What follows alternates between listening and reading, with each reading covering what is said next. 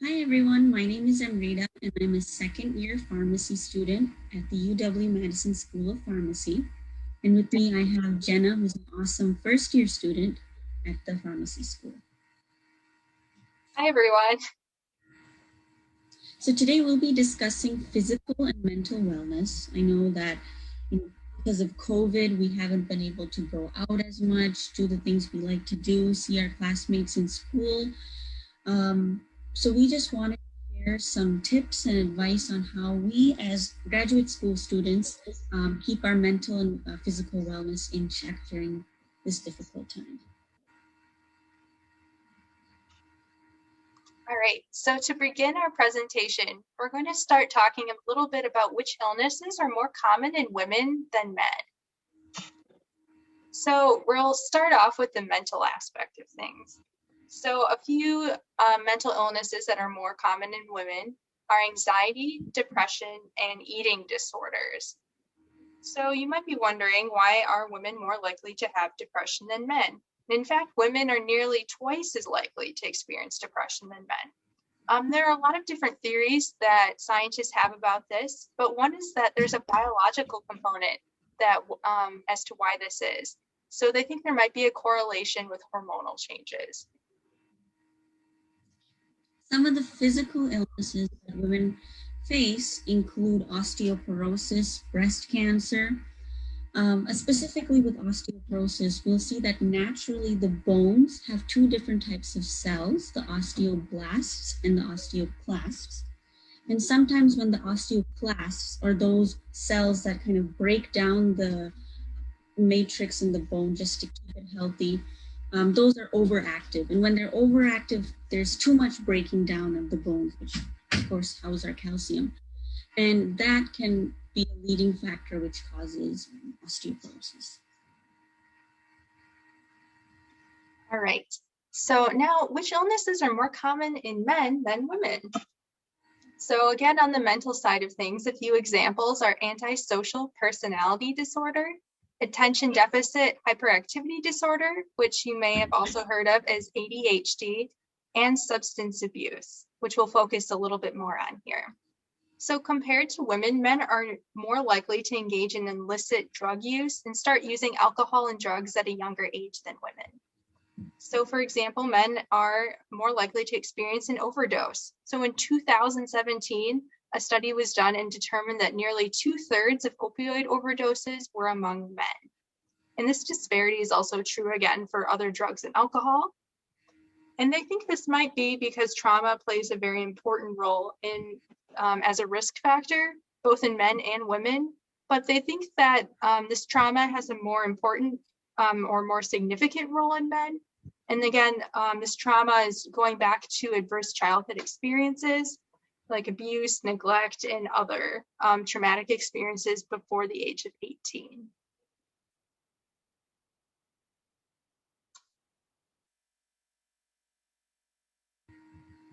Some of the physical illnesses that men may face also include heart disease and lung cancer.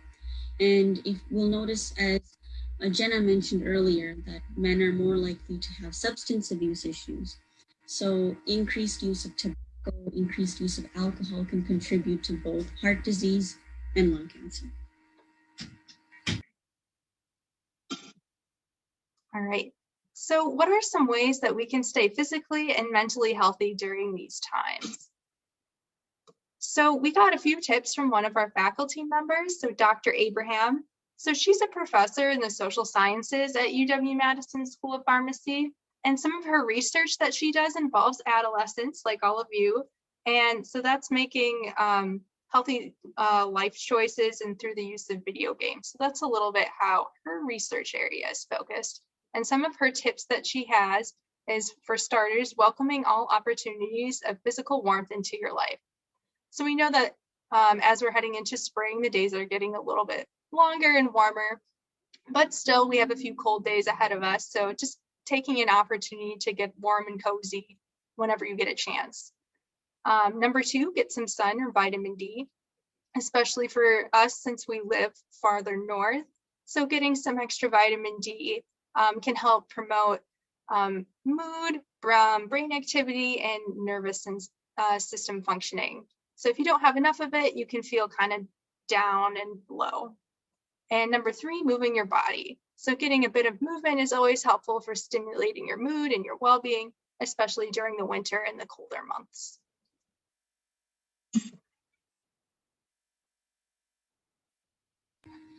So now we've got some videos from pharmacy school students who have shared some tips that they use to keep healthy during the pandemic season as well as in general. Hi guys, my name is Jambi and I'm a first year at the UW-Madison School of Pharmacy.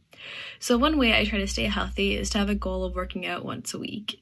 I try to work out more than that, but having the goal just once a week makes it a lot easier to make it happen, and it's more achievable since it's like a smaller set goal, especially since it gets a lot busier as the semester goes on and harder to find that drive to take time out of school to go work out.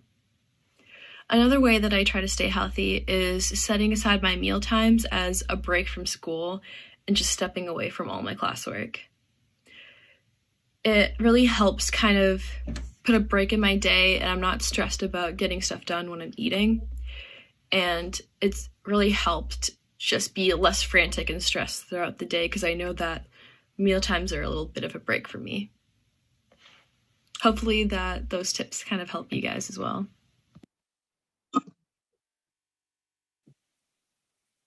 Hi guys, my name is Caroline and I'm a first year pharmacy student here at the UW-Madison.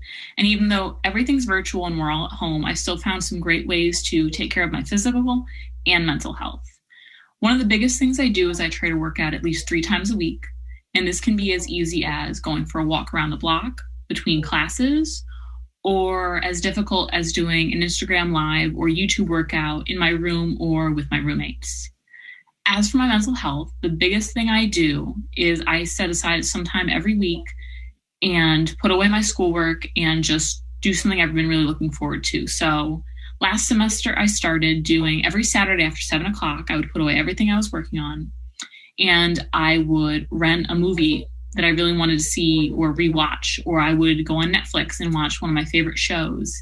And that has made the biggest difference for me, is taking time once a week I can look forward to for myself. If I can take more time, that's great. But at least every week I know I have that time for myself to take a break from everything. I hope this helps you guys and you have a great rest of your semester. Thank you.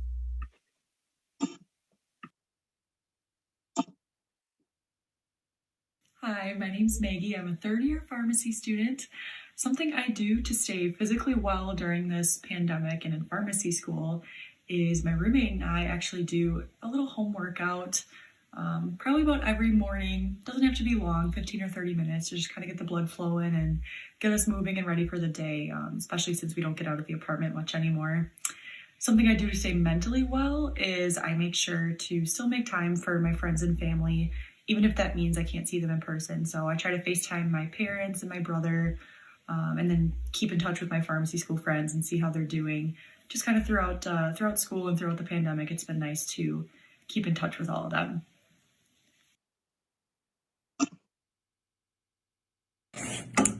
Hi everyone, my name is Marianne Boudreau and I'm a second-year pharmacy student at the UW-Madison School of Pharmacy.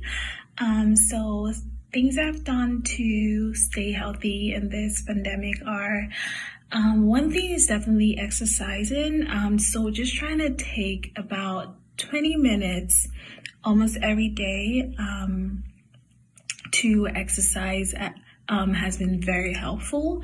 It may sound cliche, but definitely this has helped me in this pandemic, especially now that school is almost 100% online. And, most of the day I just sit down, watch lecture videos and study. So taking out that 20 minutes from my day to exercise I found that really beneficial, definitely for blood circulation, and it also gives me that boost of energy to even, get things done throughout the day. And one of the things for mental health, is just like finding time to do things that I love to do, like my hobbies. One of my hobbies is actually dancing, so I try to find time to do that and just like derive joy from it. Honestly, I found that really good for my mental health, and that has helped me have a sort of balance with school, work, and just in my general, day-to-day activities. So yeah.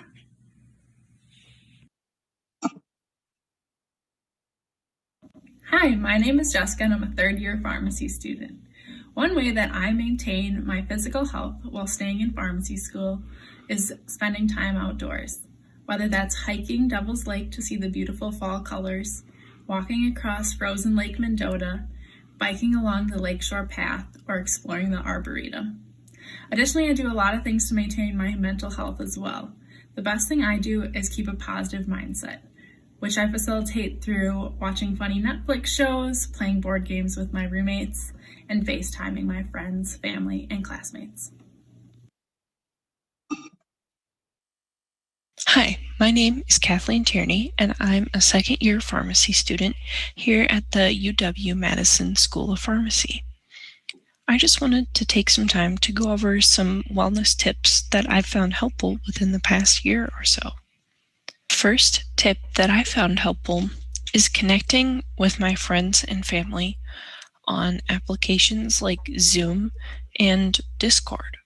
I've used these applications for quite a while, but I've used them much more this past year to help me de-stress from school and to hang out with my family and friends, even when we're all very far away from each other. Another tip that I have is writing down everything positive that I've done for the day. There have been many times this past year where I felt like I didn't accomplish anything all day, but after writing down what I did over the day, I realized that wasn't true at all. Sometimes I realized I did many productive things. They were just for myself instead of for school or work. Writing positive things down every day has helped me put in perspective how much work I need to put in to make sure that I'm happy and that I'm worth my own time and productivity. All right. So those are all some very helpful tips that hopefully you guys can implement into your daily lives. I know that I definitely will start using some of these more tips into my personal life. So thank you again for listening to our presentation. Thank you so much for your time and have a great rest of your semester.